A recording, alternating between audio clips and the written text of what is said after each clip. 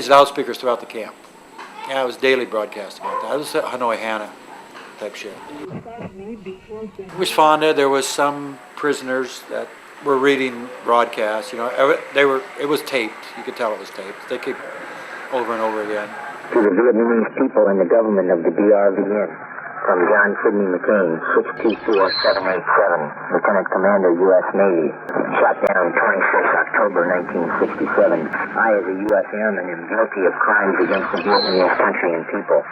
I have bombed their cities, towns, and villages and caused many injuries, even death, to the people of Vietnam. I was captured in the capital city of Hanoi while attacking it.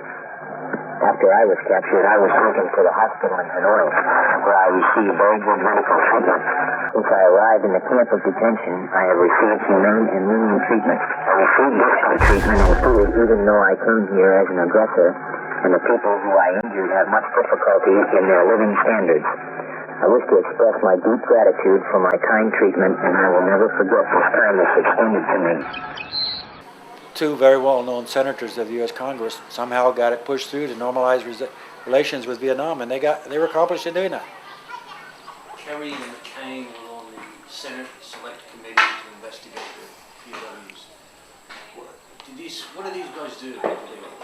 What they do, they didn't do anything except try to debunk me and anybody that had anything to say about life-sighting American POWs in Vietnam.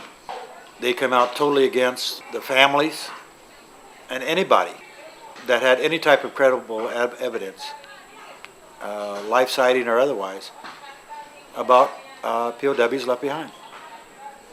It looked like they did everything to destroy their testimony.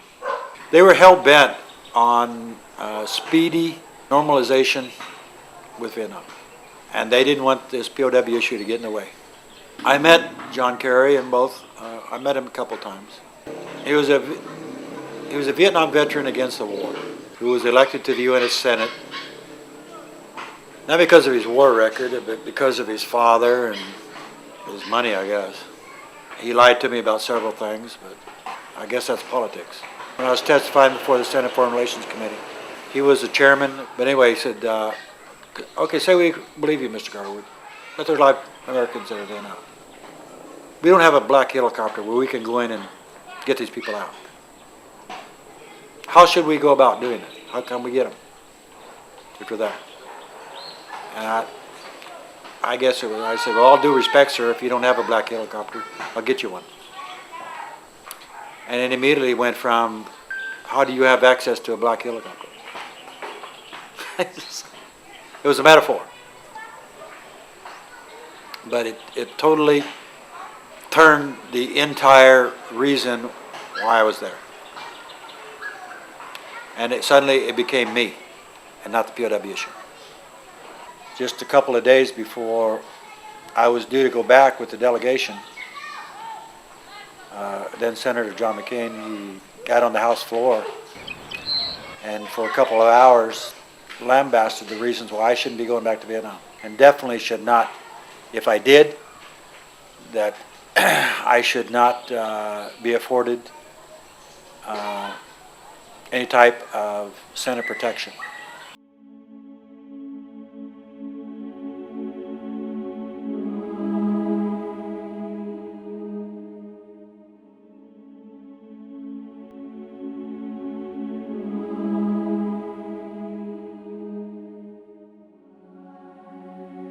Those 2 days of testimony. Then they just didn't want to hear anymore. So you told them about all the prison camps inside, and prisoners being left behind, gangs.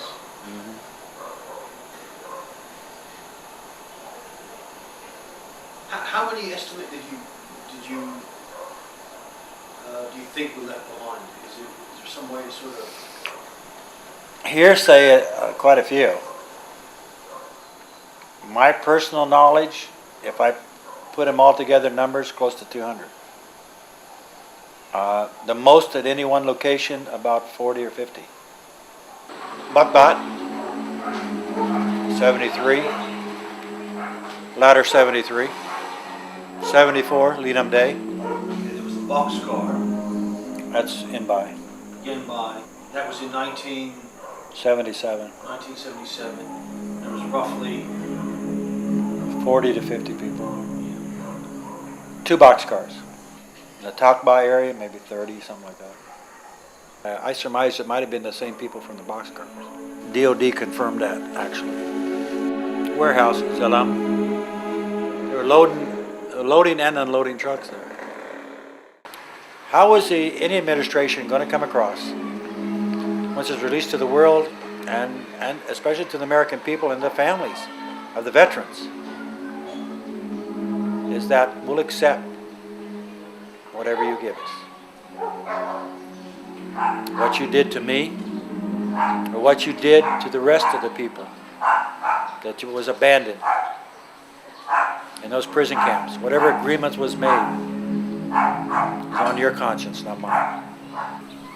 My God, these are American servicemen. Were captured, were held prisoner. I guess they just looked at us, we were expendable.